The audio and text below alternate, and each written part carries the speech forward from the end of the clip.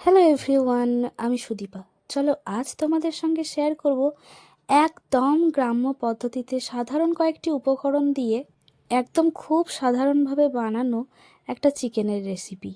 এটা আমি মোটামুটি 2 বছর আগে ওই মায়ের পিসির মেয়ে অর্থাৎ আমার মাসির বাড়িতে বানিয়েছিলাম। দেখতেই পাচ্ছ খুবই সাধারণ একদম উপকরণ। প্রথমে সর্ষের তেল দিয়ে তারপর একটু চিনি দিয়ে দিয়েছিলাম।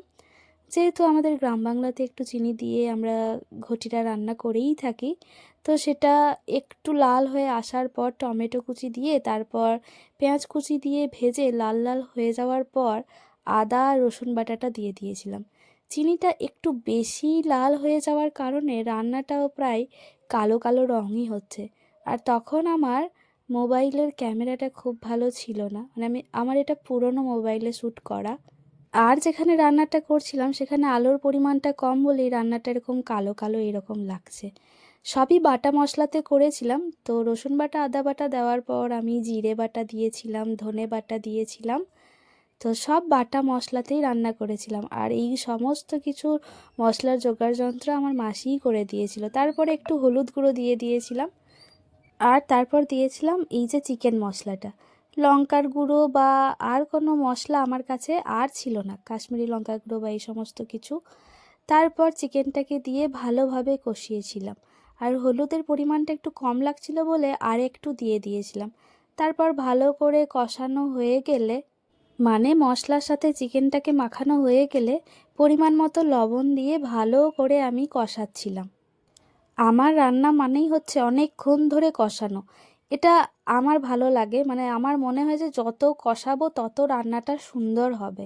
আর মাসির বাড়িটা নতুন ছিল, তাই এরকম চারিপাশের অগোছালো অবস্থা, তখনও বাড়ি করে কমপ্লিট হয়নি।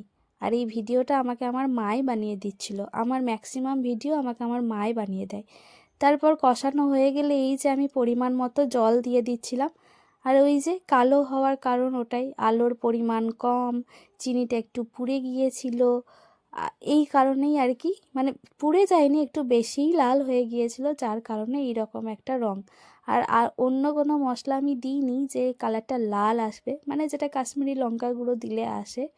তো যাই হোক, একদম সাধারণ পদ্ধতিতে খুব সাধারণভাবে রান্নাটা করেছিলাম, তবে খুবই টেস্টি হয়েছিল, কারণ এটা বাটা মশলাই করা হয়েছিল। তারপর এই যে আমি ঢেকে দিয়েছিলাম, তো ফুটে গেলে ঢাকনাটা খুলে ওপর থেকে ধনে পাতা ছড়িয়ে দিয়েছিলাম। আর হ্যাঁ, সবশেষে গরম মশলা বাটা দিয়েছিলাম। ওখানে গরম মশলা গুঁড়ো পাইনি, তাই আমাকে আমার মাসি ওটা বেটে দিয়েছিল। আর অবশ্যই ওপর থেকে চেরা কাঁচা লঙ্কা দিয়েছিলাম, যেগুলো না আমার দেখানো হয়নি, মানে ক্যাপচার করা হয়নি। তো এই ছিল আজকে সাধারণ রান্নার একটা সাধারণ চিকেন কারির রেসিপি। তোমাদের কেমন লেগেছে অবশ্যই জানিও। দেখা হবে পরের ভিডিওতে। রাধে রাধে।